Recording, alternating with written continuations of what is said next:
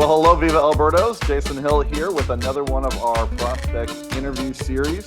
We've got joining us from Amarillo on the road, one of our AA Springfield Cardinal players, Mike Antico, is here. How's it going, Mike? Very good. Thanks for having me.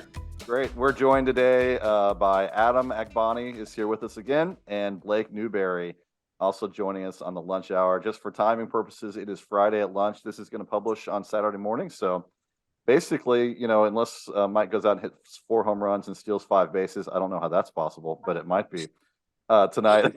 Then all of our stats and everything is going to be fairly up to date. So, Mike, let's just start with a little bit of introduction. We know you; a lot of our readers will know you, but just talk about your game, your skill set. What are you trying to do up there at the plate and on the field? Yeah, I mean, basically, I'm a leadoff hitter. I'm a table setter, so I play center field, and I'm trying to get on base, steal bases, score runs, and once in a while run into some extra base hits, but ultimately trying to be a table setter that gets things going for the guys and for the team, and just really trying to help them win at all costs. Yeah. I noticed just one of the things that stood out to me as a leadoff hitter with quite a bit of speed. And we're going to talk a lot about your speed here in a minute, but you've got a pretty impressive batting eye. Your walk totals in the low minors and even here at Springfield have been pretty good. Exactly what you'd want to see from a potential leadoff hitter in the majors. Yeah, well, that's a huge part of the game. A lot of people ask me, how do you steal so many bases? And you have to get on base. So the walks are huge for that. And, it's very important, especially as a leadoff hitter, to be able to set the tone and get on base. Yeah. Blake, Adam, you guys get anything about Mike's general profile you wanted to ask about? I had a couple questions I was just going to ask, probably that fit later on in the discussion, but early on, I'm just here for, just naturally talking. So cool. Sure. Yeah. Great. Well, let's jump into the stolen base thing because the Cardinals have a long history of stolen base champions going all the way back to Lou Brock, and then in the 80s, we like to talk about Vince Coleman. Coleman wasn't the only one. Ozzie Smith and Willie McGee and Andy Van Slyke. Yep. We had a lot of guys that could steal a lot of bases. And last year, I think my stats are accurate here. I think you had 67 steals last year in probably like 130 games. And then this year you're still running. You're not quite running quite as often. We can talk about that, but just tell me, what is your approach with stealing and what makes you so good at it? And also, what do you think about challenging Hamilton's record at some point for the minor league stolen base record?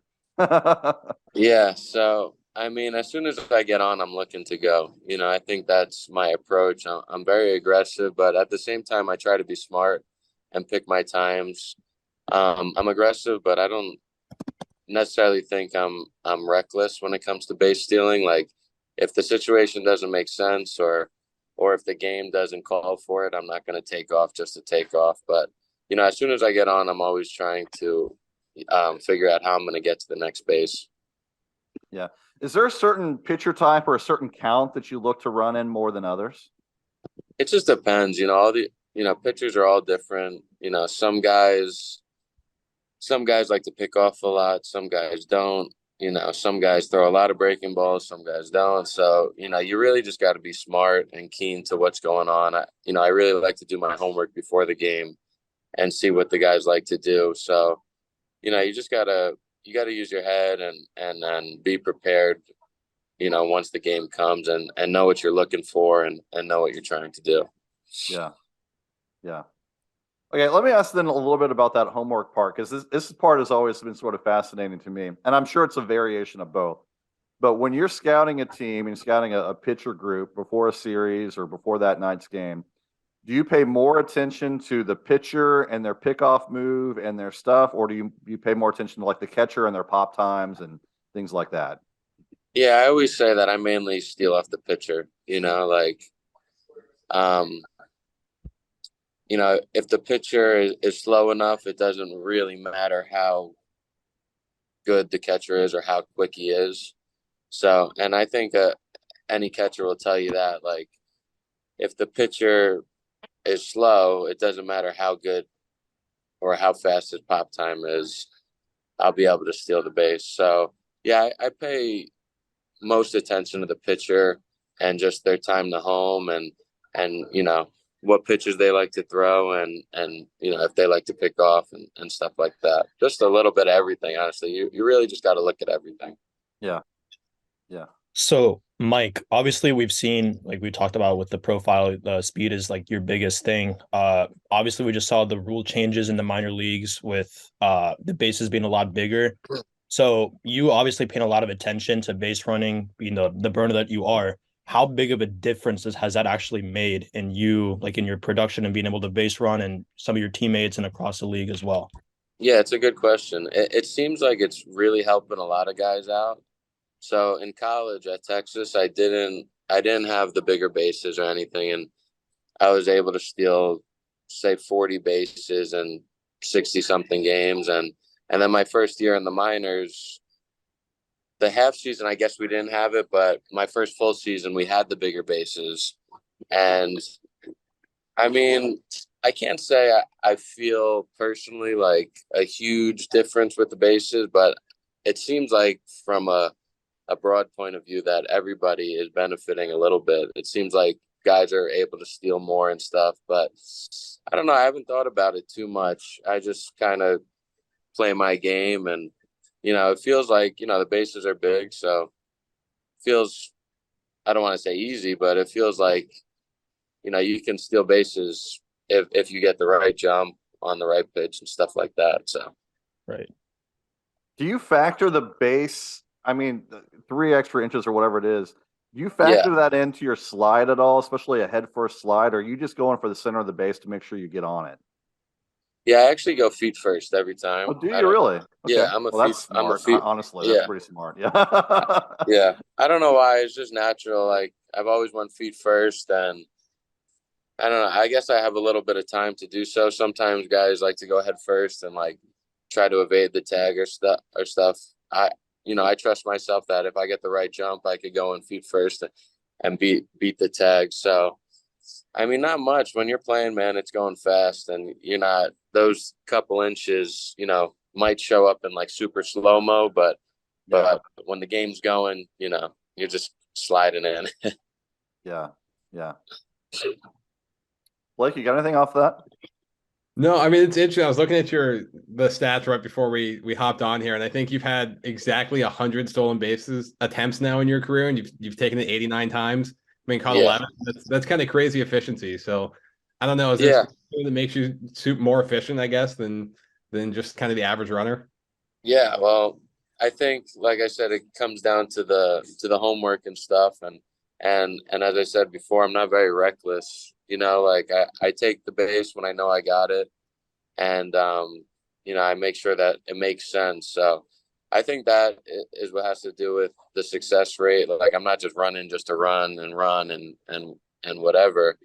I do it when I know I got it and when I'm confident in it. But thanks for pointing that out. Yeah, I'm shooting for 100, so I got a few more to go. Yeah. Well, I mean, 90% success rate is, I mean, that's there was some debate several years ago about, I mean, and that's why steal sort of dropped in the major leagues, at least, is that if you can't succeed more than 80% of the time, it's not worth it. But up at 90%, I mean, you're rocking it, man. That's going to translate too when you make it to the majors. Well, thank you. Yeah, it's just, like I said, I know when to pick my spots, and I just try to be smart about it. Yeah. Now, Tommy Edman, not to make it about the major league team, but Edman also has been known for his high success rate. I'm sure he didn't really play in the minors with Tommy at all, but do you feel like that's something that the Cardinals are coaching and working on with you guys that can run? We've had a lot of players that can run. They haven't necessarily been successful Steelers like you and Edman have, but do you feel like that's something that they coach strongly, or is it just skills that you and he have? I think it's something that as an organization they like. And if you're good at it, they're going to let you run with it. They're not going to hold you back. So, in terms of coaching it, I think, like I said, they really like it. So if it's something you're good at, they're going to push you to do so. Yeah. In my opinion. Yeah.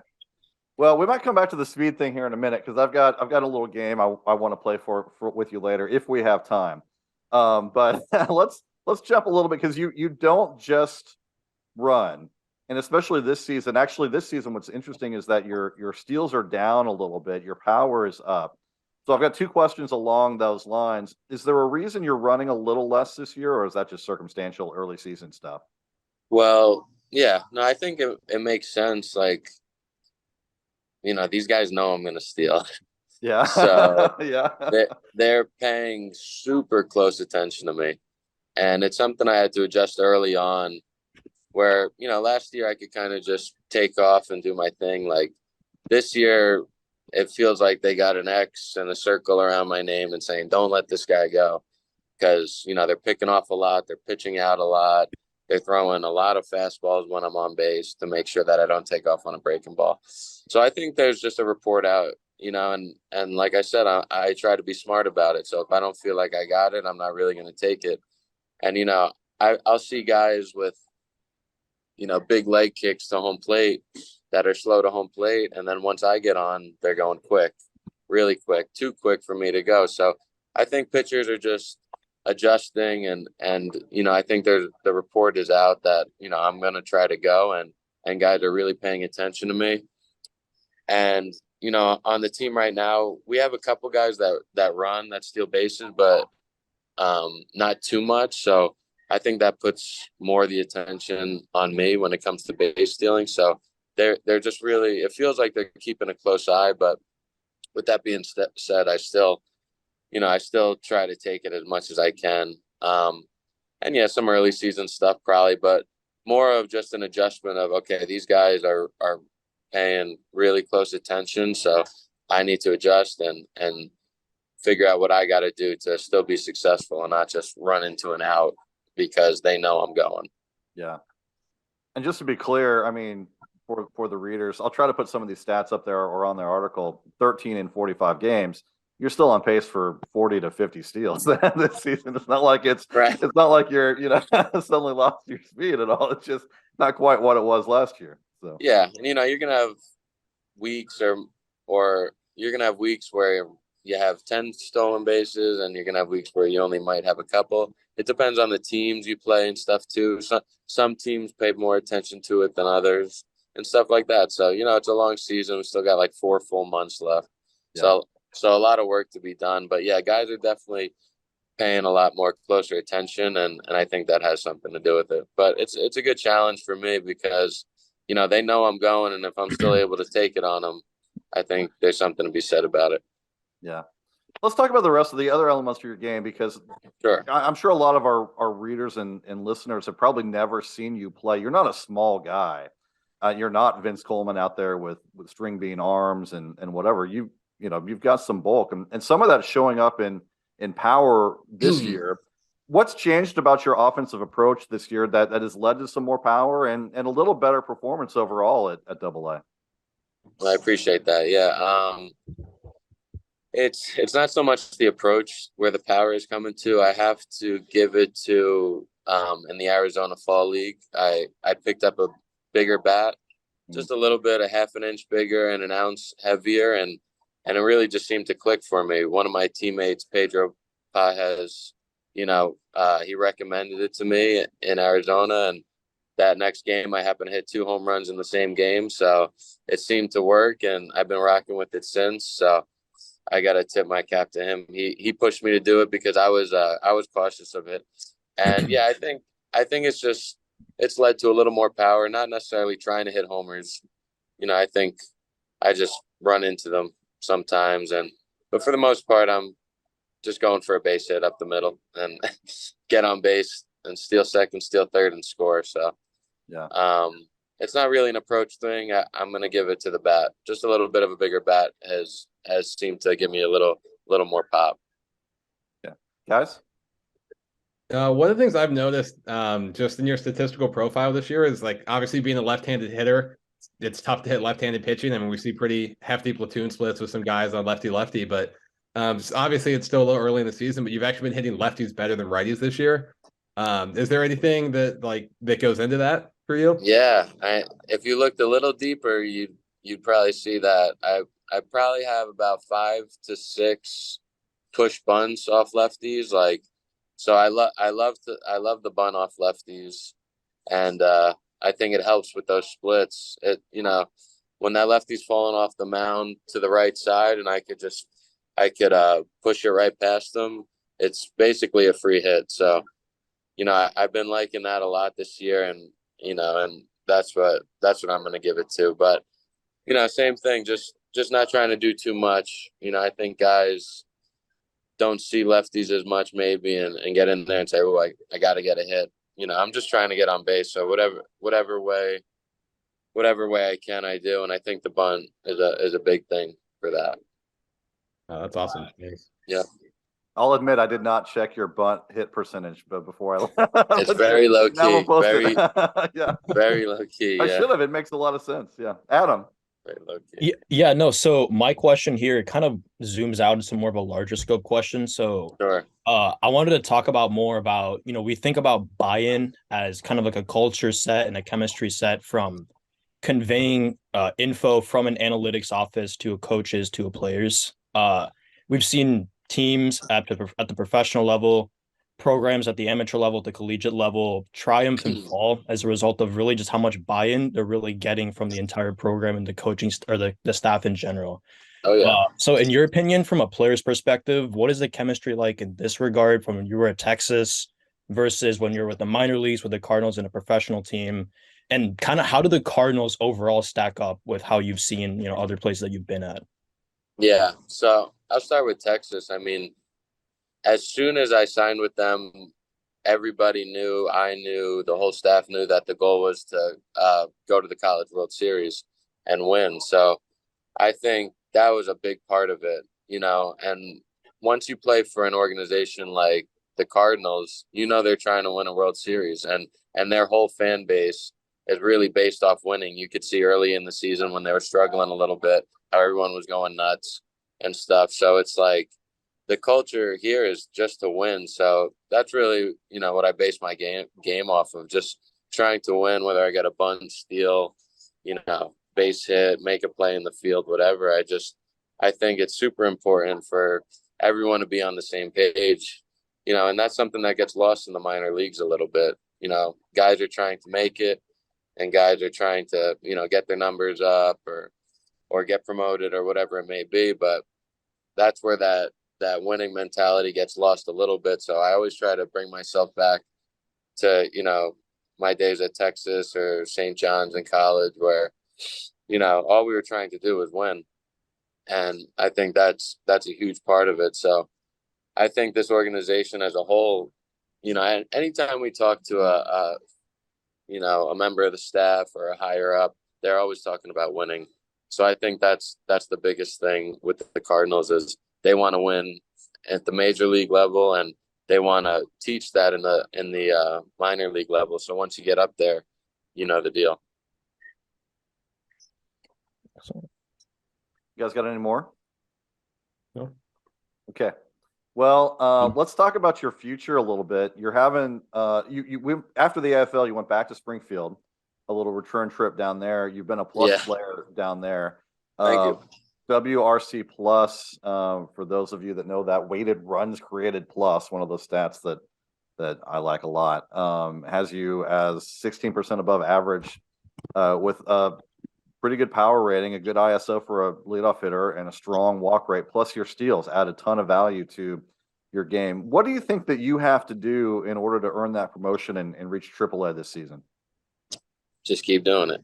Just got to keep doing it and being consistent, because, you know, like you said, I could do a little bit of everything. So if I can just consistently doing it all, you know, I think it's just a matter of time.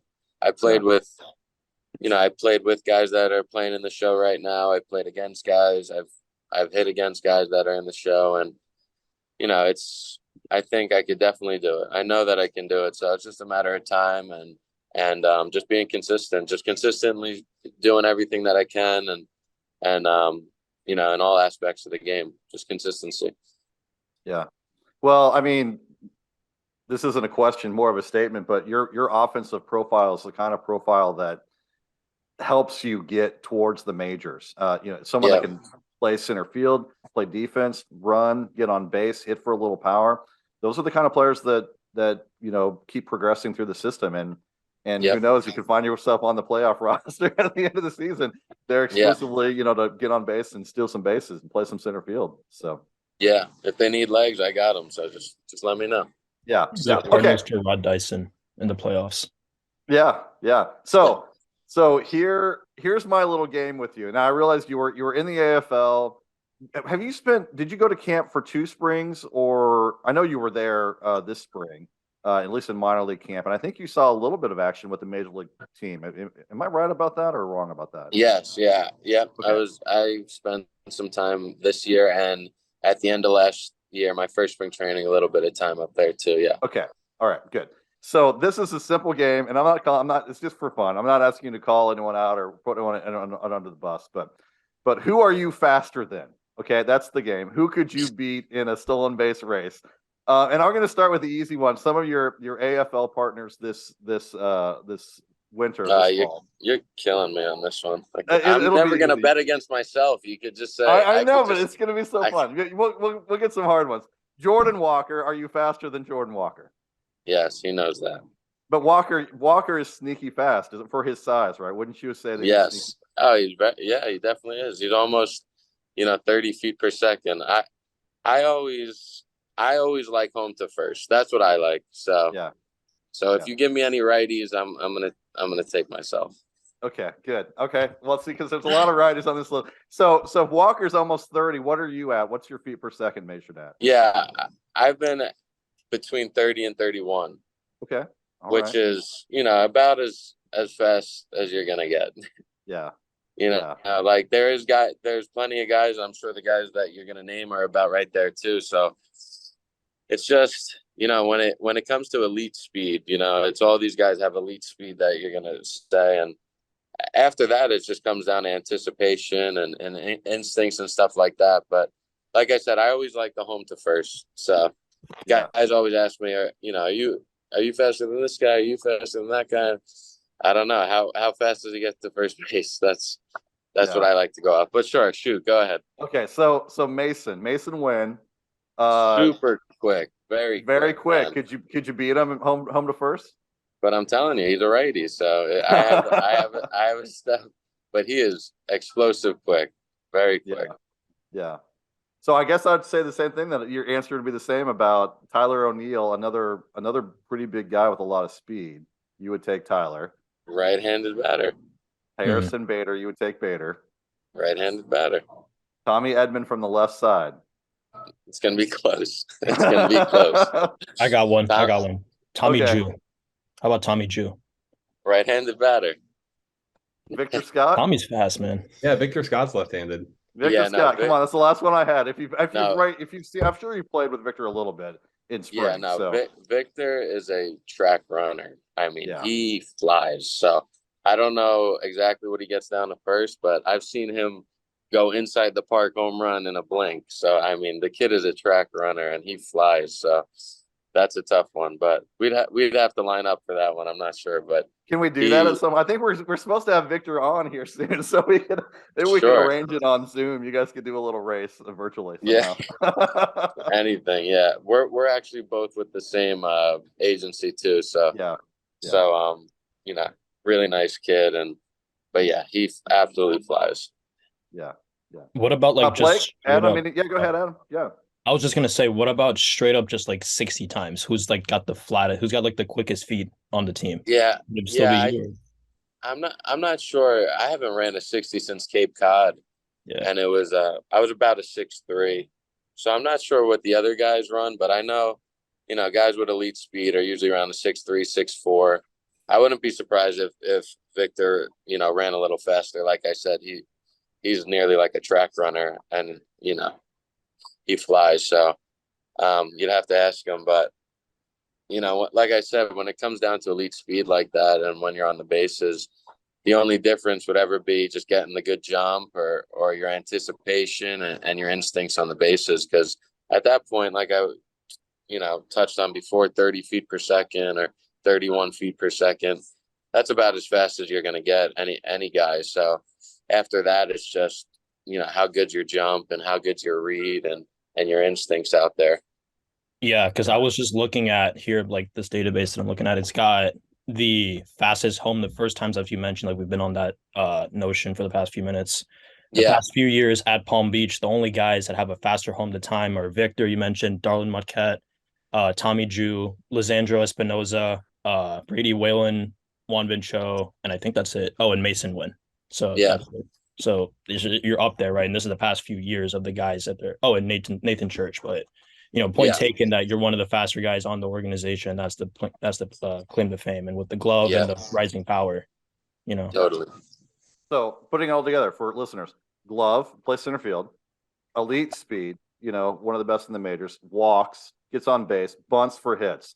You're the perfect Cardinal, Mike. You fit it perfectly. Well, thank you. I appreciate that, man. Seriously. Yeah. Blake, did you have any other comments or questions for him before we go? Yeah, I would love to hear just a little bit more about your AFL stint. I mean, you already talked about Pages kind of hooking you up with the bat, but did you take anything else from there? Or any great experiences? Yeah, I mean, we had such a great team and great coaching. Warren Schaefer, he's the third base coach with the Rockies now in the big league team. We had Ronnie, who was the first female coach in high A this year. We just had a great staff, great team. Like, it was so good. I don't even think I'd really want to go back because of how amazing the experience was. But my big thing there was I made a little bit of a swing change. I had my hands real up high during the season. And then once I got to Arizona, I wanted to bring them a little more down. And I was working through that the first few weeks. I was a little uncomfortable at first, just working through it. And, I started to get more comfortable, and then I picked up the bigger bat, and it kind of just clicked for me, which was, it was exciting. It was good. It was exactly what I was looking for. So, I went there to get better and to meet all these guys and have a good time. And we did exactly that. So it was everything I wanted it to be. It was great. Yeah. That's awesome. What was your goal? Yeah, go ahead. What was that goal what was your goal with that swing tweak? Like, what were you trying to change? Yeah, it just, I was fouling off fastballs a lot. I was fouling off a lot of fastballs at the end of the year. Granted, we were playing the Dodgers, and they have like elite fastballs. So, it was a little bit of the end of the season, a little bit of elite fastballs, but I was fouling them off, and it felt like, because my hands were up high, they would slip down, and then I would kind of slip under. So, I was just, I wanted to make that adjustment to get me more on plane with the fastball, and it seemed to work out pretty good. This month of May was I was on the fastball, which is good. So if I could cover that, I'm pretty confident I could cover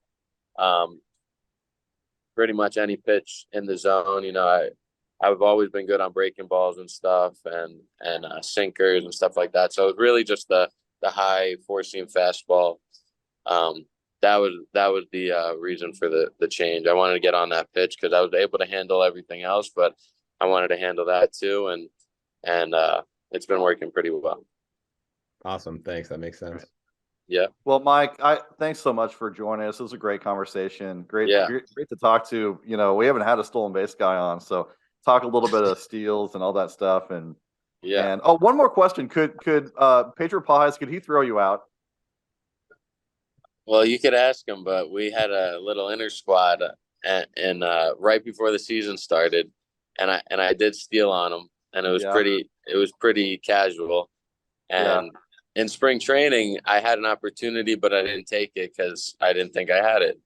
So right now I'm up 1-0 on him, and I don't know, I might not go again because I just might keep the perfect record on him and just let it go. But we joke about it because I see him throw out guys all the time.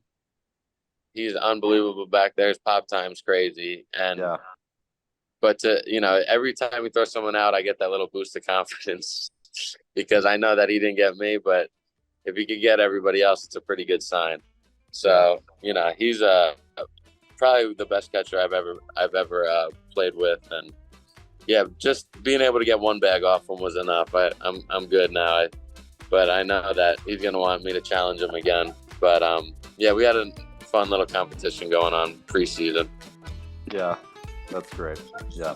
Well, again, Mike, thanks so much, and I hope that I don't see you in Springfield when I'm in Springfield here in a few months, because I hope you're in Memphis. I hope I have to go to Memphis to see you. I appreciate that, man. I would think that's coming soon, and then yes, sir. To follow. So, well, for Mike, for Blake, for Adam, we thank you guys for listening and being with us today. Have a very happy Saturday, and we'll talk to you soon. Thanks. Cool. Thanks, guys.